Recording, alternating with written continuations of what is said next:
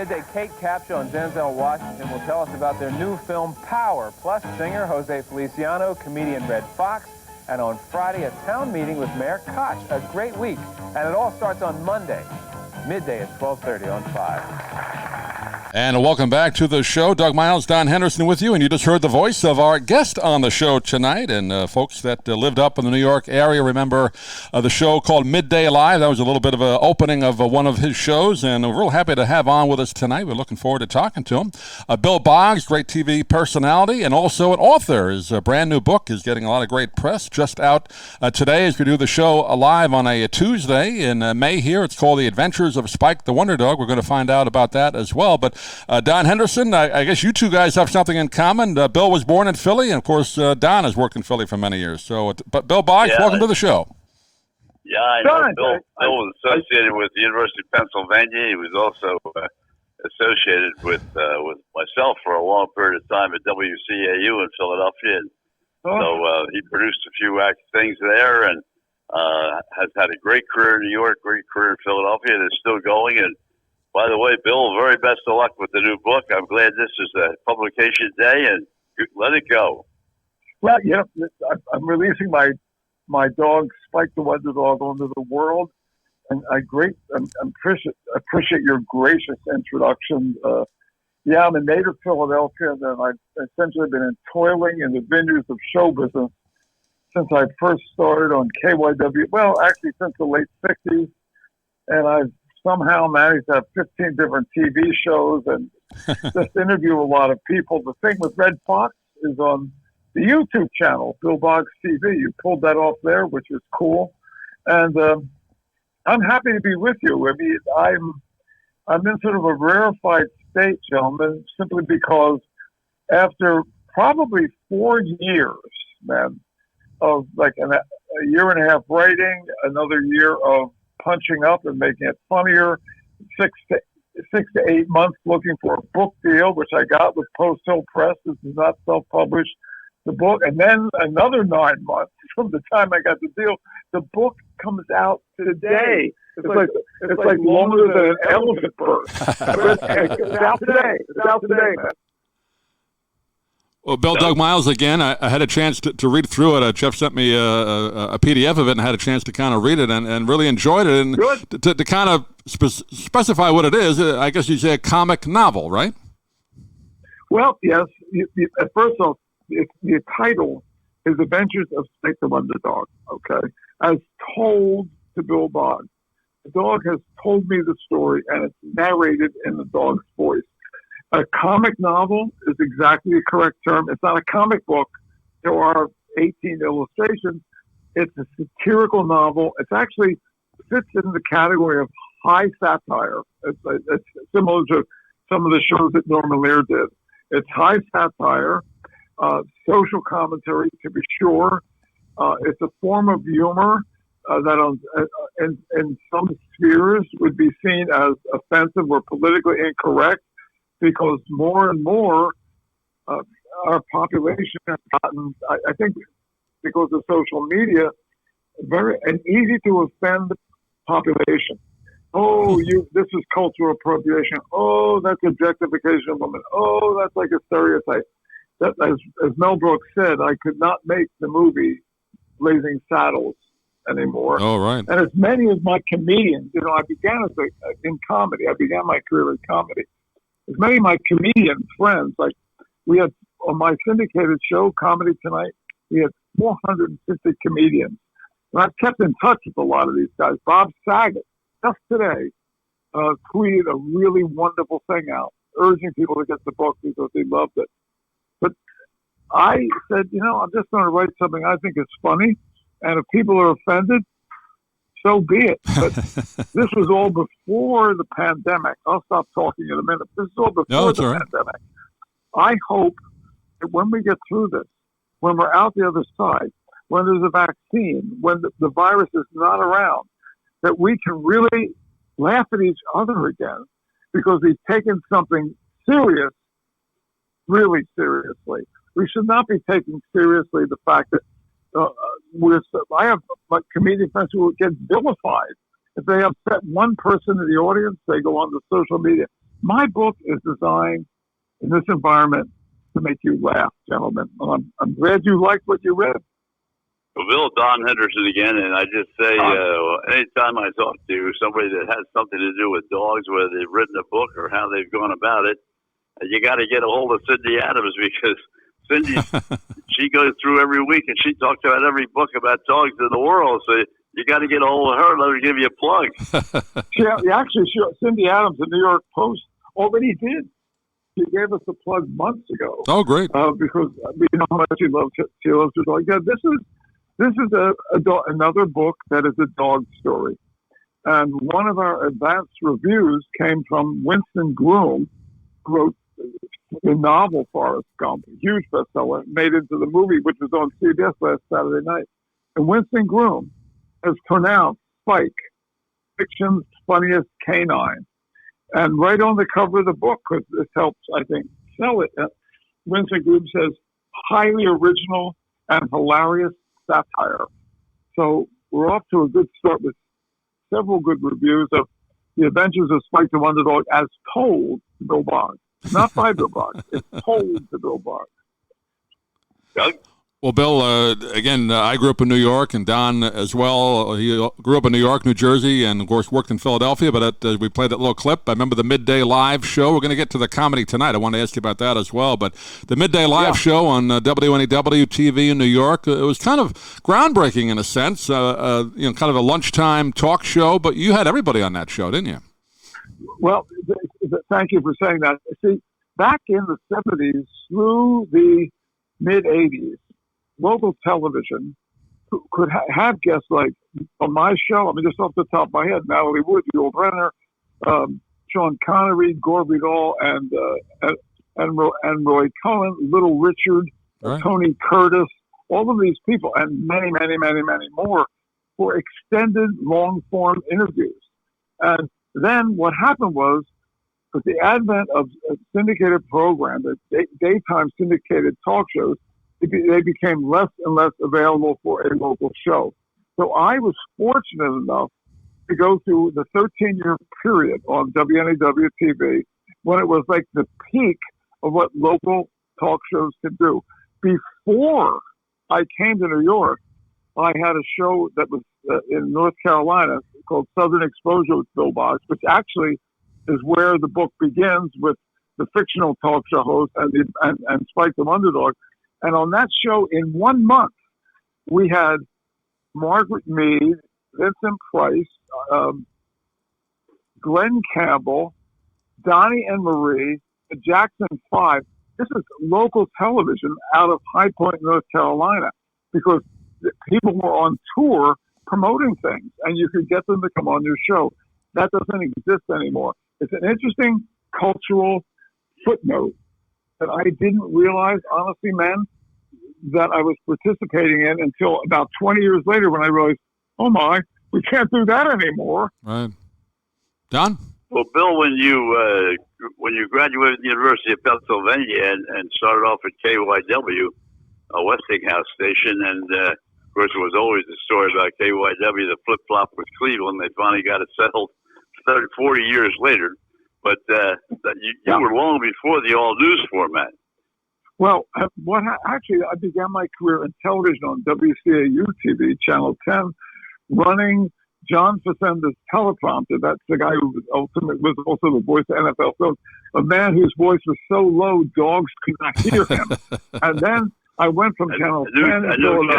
I knew John very, very well. I worked with him for over 20 years. I made that line up. He loved it. That was a line I made up about him. And then I went to KYW TV, where I was associate producer of a morning show called McLean and Company. That was the same station where Mike Douglas was in the basement and Roger Ailes and Woody Frazier were executive producers of that show. It was a tremendous period of time in Philadelphia television. I mean, tremendous period of time. And I really learned a lot then. But prior to that, I actually began my career for 3 years managing a comedy team. After I got out of Annenberg at Penn, I took a job at the Armstrong Cork Company. Now, steel, linoleum and stuff like that. Two of my coworkers started writing comedy scenes. They hated their jobs. One day, hand to God true. I was walking down the hall. I knew these guys were really funny guys, and I had always been into comedy. I was in the comedy team in 8th grade even. And they were doing a routine. It was like a Nichols and Nate type routine back in the late 60s. And I said, what is it? And they said, we hate our jobs just like you do. So we're writing comedy routines written pen. I said, do another routine. They started this routine about the toll taker on the Pennsylvania Turnpike. The thing is brilliant.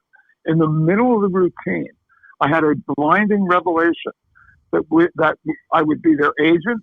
We would quit our jobs and go into show business.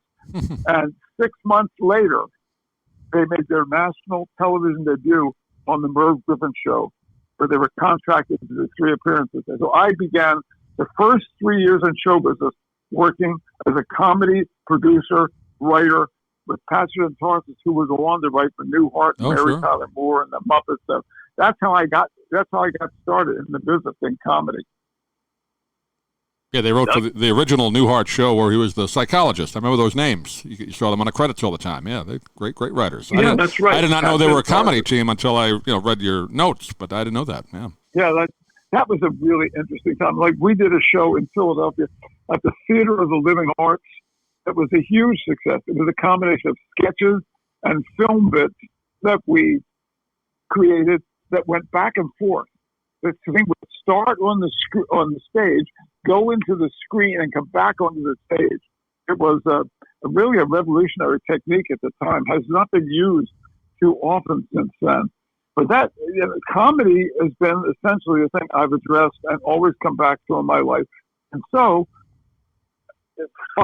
4 years ago, when my generation, my last television show, which was on PBS, went off the air, I decided to recommit myself to writing. This is my 3rd book.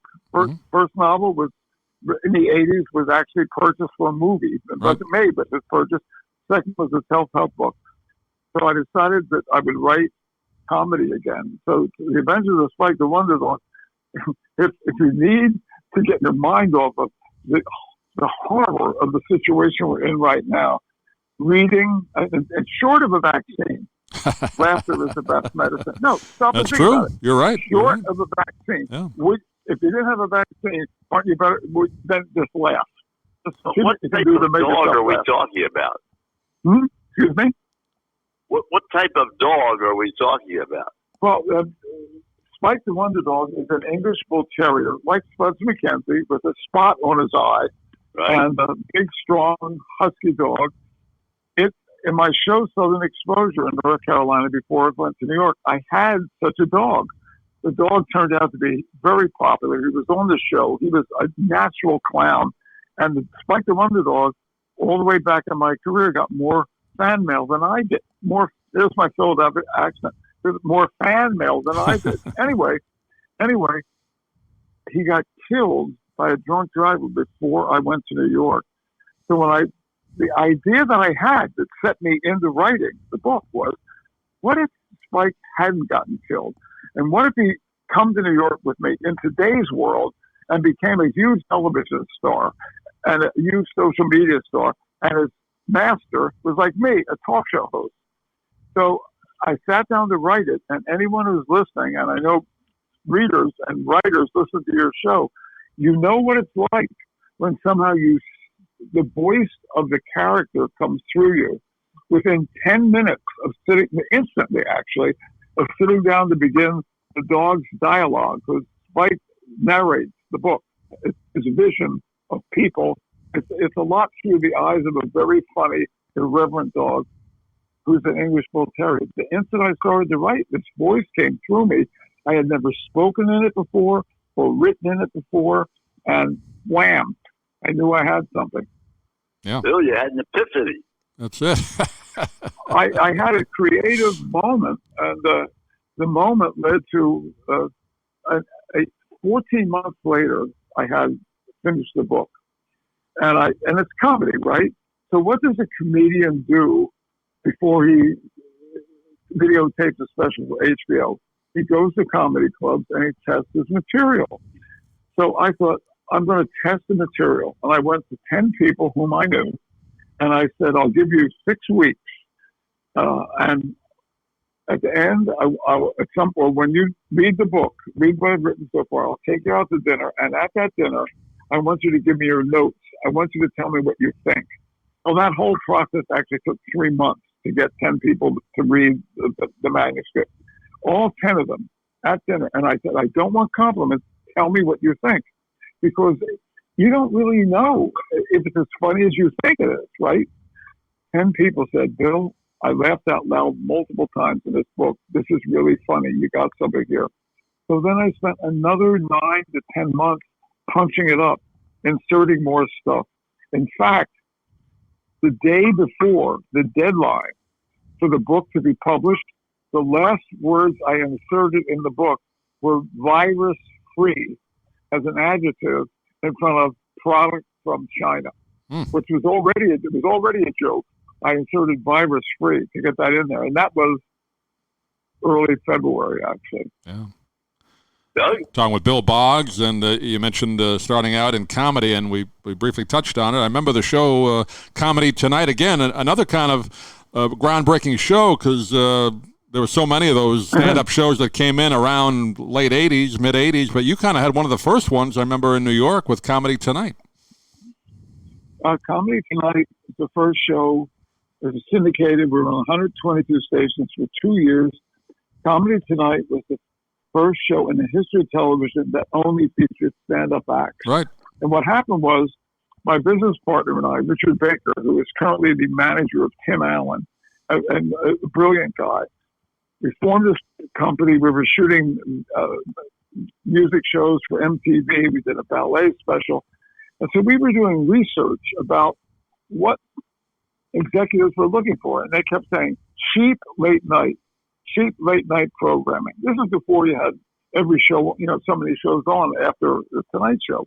Anyway, I read an article in the New York Times that was talking about the proliferation of comedy clubs across America. How there was a comedy club in the mall, in a strip mall in Milwaukee. There was a comedy club in Kankakee, Illinois. There were now 9 comedy clubs in LA, blah, blah, blah. And I thought, Jesus, if there are all these comedy clubs, there must be enough comedians to do a strip, meaning 5 nights a week show. And it turns out that Saturday Night Live, which debuted in 75, ushered in an explosion in comedy in our culture, just like Elvis Presley ushered in an explosion in guitar playing in our country. So we put together Comedy Tonight. Now get this, we auditioned 1,573 comedians over the course of 2 years, and 450 comedians were on the show. And we gave people like, Whoopi was on the show, Joy Behar was on the show, Bob Saget was on the show, Sinbad was on the show, Larry Miller was on the show. It was extremely popular and on all over the country. That was Comedy Tonight. Yeah. Proud of that. You get hooked up with Downey, because you worked with him in New York, but your bio also talks about working with him in Philly, which was a very unusual situation when he came to WCAU. Working with who? Morton Downey. Morton Downey was asking about. Oh, Morton Downey Jr. Well, that was what happened was that after Midday Live went off the air, I was doing a show at KYW in Philadelphia called Time Out. And this was the 16th year of my life that I had been on a talk show on a 5-day-a-week basis. For 16 years, I've been showing up with a couple weeks vacation. And I was recognizing that there were other things to do and that I was repeating myself. I was in the middle of an interview with the goddamn Chippendales, those male dancers, looking at this guy's shaved chest, asking the same stupid questions I had already asked 4 other times during the last 5 years. I thought, maybe I should do something else. Well, Bob Pittman, now the president of iHeartRadio, had a small, and one of the founders of MTV, had a small company in New York that had a local show that it produced called the Morton Downey Jr. Show, just on Channel 9. Channel 9, right? In Secaucus, New Jersey. Yeah. They wanted to take the show national, but they didn't think that the leadership of the production team was strong enough to really carry the flag on a national basis. So Pittman wanted somebody who knew talk shows, who could also produce. And since Richard Baker and I had produced 6 specials for MTV before we did Comedy Tonight. This is all while I was doing Midday. When you grew up in Philadelphia, you learned to hustle for a living. I don't mean shake down people. You work hard. You know, at one point, I was on television 63 straight days. If you're just from a blue-collar family in Philadelphia, you develop a work ethic that is as strong as steel. Anyway, Pittman thought, oh, Bill Boggs, right? And he calls me out of the blue and says, what do you think about coming up here to Secaucus and being executive producer of the Morton Downey Jr. show? And when we discussed the deal, it was twice what I was earning at KYW. I was there like in 3 seconds. Go ahead, Don. He also came to CAU later on and didn't stay very long, but the only thing I really remember about him was just as an avid smoker. Oh, my God, did he? Yeah, more died more cigarettes than anybody I ever knew. He was the forerunner of trash TV, the forerunner of the Springer Show with Waldo, and a brilliant man but self-destructive. Right. Yeah. Yeah, I guess that type of show, it had such a huge explosion, but it couldn't sustain it, right? It lasted about a year and a half syndicated? It lasted about 2 years. 2 years, yeah. More was just, look, there's a whole documentary called Provocateur. I've seen that, yeah. Great documentary. About Mort. And to put it, Mort was self-destructive, and he ended up, the people out on the West Coast, the Universal people, the sponsors, lost confidence in the guy. I mean, he would call the National Enquirer, make up a story about himself to get in the National Enquirer. He made up a story about himself that he'd seen UFOs land on his lawn in Paramus. I mean, so, you know, you're the sponsor of the show, and this is your host. So the show went off the air because of lack of confidence in the sponsors, not ratings. The ratings were strong. Yeah. Didn't he also... Also a lack of talent. not only a lack of... he just... at least during the period of time that I knew him and that he worked in Philly at CAU, he was nothing but controversy. I mean, one problem after another problem after another problem, and it just didn't last very long. I didn't even know that he worked at WCAU. Wow. Anyway, that's Morton Downey Jr., and there's a couple of clips of the Morton Downey Jr. show on my YouTube channel, Bill Boggs TV. 2 nights I had to host a show because he fell in love with this woman, and he wanted to take her to the theater. So, like 20 minutes into the show, he says to me, I'm the executive producer. I'm leaving now. You take over. Come on. Talking with Bill Boggs, and the name of the book is The Adventures of Spike the Wonder Dog, a comic novel as told to Bill Boggs. And just a few minutes left, Bill, I just want to touch on some of the other shows. Of course, you had the show on the Food Network for a long time where you, again, kind of groundbreaking, doing interviews with people kind of at a lunch table or dinner table, and now you see that all over the place on the Internet, people either in cars or at restaurants talking to each other. So you've been ahead of the curve, Bill. Yeah, let me tell you this. When my obituary is written, I'll probably get one about 2.5 inches long in the New York Times if I'm lucky. But the one thing they should mention is the one and the only thing I've ever really invented in my life is the concept of interviewing people and eating on television the same time. I got the Food Network. The show was called Bill, and there's plenty of clips of Bill Boggs' Corner Table. In fact, there's one with Jerry Stiller, a wonderful show with Jerry Stiller who just died on Bill Boggs TV on YouTube. But here's my pitch on this. Listen, man, I got the Food Network to pay me really good money to go to the greatest restaurants in America, sit down with big name celebrities, eat for free, and be on television. They paid me to have lunch with Sophia Loren. I got a check for having lunch with Sophia Loren on TV. What a scam! That's a great deal. Don, you would have liked that. I could have handled that, but I want to go back for a moment. Jerry Stiller was a genius. You guys are great. They were together when it was a team. I thought they were even funnier, but he could really do anything on television, anything in the comic field. he was really a genius. No question about that, Jerry. And you never heard a bad word about Jerry Stiller. People forget that he was in a comedy team. Remember, there's no existing comedy team in show business now. But if you go back to the 60s, you had, Martin Lewis had retired. You had Stiller and Mira, Rowan and Martin, right? Fred Willard, who just died, was in a comedy team. Another great comedian. You had you had Patchen and Tarsus, the team I managed. You had, Mike Nichols and Elaine May. There were all manner of comedy teams doing sketch comedy and performing it in clubs. Not anymore. Things change. They did those great commercials, too. Remember Stiller and Mira with the Blue Nun wine? I did a little tribute to them and played one of them. Great commercials. That's right. Yeah. Just don't drink the wine. I never had the wine. Oh, God.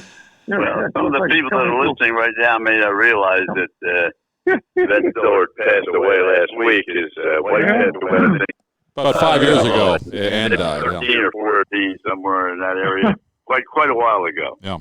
Yeah.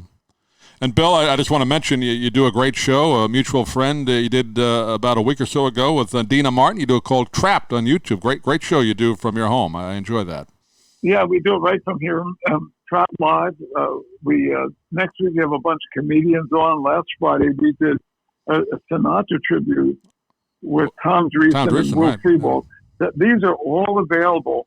If anybody is interested, just Google Bill Boggs TV on YouTube. There's 475 clips there. The latest stuff being stuff we did last Friday. I ask you to subscribe. It's free. Then we tell you when we post something every once in a while. But thank you.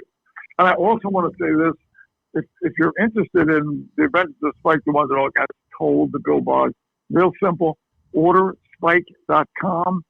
Amazon has debuted the book and the Kindle with a discount, which is a very good sign. It's a very good sign, my publisher tells me. Great. Don, you want to wrap it up, Don? Yeah, I just want to say how much we really appreciate, first of all, Bill taking the time and running over a long period of time in a lot of different fields and very successfully. So we thank you very, very much. And I know Doug will follow up too, but the very, very best of luck with the book. And we will do our best to talk about it every now and then on the show and see if we can help it along. If you need me again, call me. What else I have to do? I'm just standing around. Well, we love talking to broadcasters. Don and I, if we don't have any guests or there's no sports to talk about, we just talk about great old broadcasters. So not that you're old, but great to have you on with us. A great career. I'm grateful. Thank you very much. And so is Spike. Bye-bye. Thanks, Bill. Bill Boggs joining us on the show. And Don, good kind of reminisce a little bit about some days in Philadelphia. I didn't know all about Bill working in Philly as well until I read the notes, but that was fun to kind of go back and hear some of those stories. Yeah, and as I said, when he worked at KYW, he said 1952, and KYW TV, when he talked about Mike Douglas. Actually, Mike Douglas' show, as you well know, Doug, really emanated from Philadelphia for a long period of time before they finally moved it out. Yeah, started in Cleveland, then went to Philly for a long time, then he finished up out in L.A. But, yeah, KYW was the studio. I tried to get in there once. My mom and I went there for a weekend vacation, and we couldn't get in. It was tough to get a ticket to that show. He was a hot ticket in Philly. He really was, and what a great asset to Philadelphia, too, and was unfortunate when they lost the show and it went elsewhere. But as I said, KYW at that time was very, very strong. It was an NBC station. It's now a CBS station, but it was NBC at that time, and just a wonderful opportunity to work with some great people over there. No doubt. Well, Don, we'll get back talking some sports next time. Some things starting to open up, but in the meantime, great to have a guest talk about an interesting book, and we'll move it along. But Don, thanks for joining us again, and thanks for everybody for watching.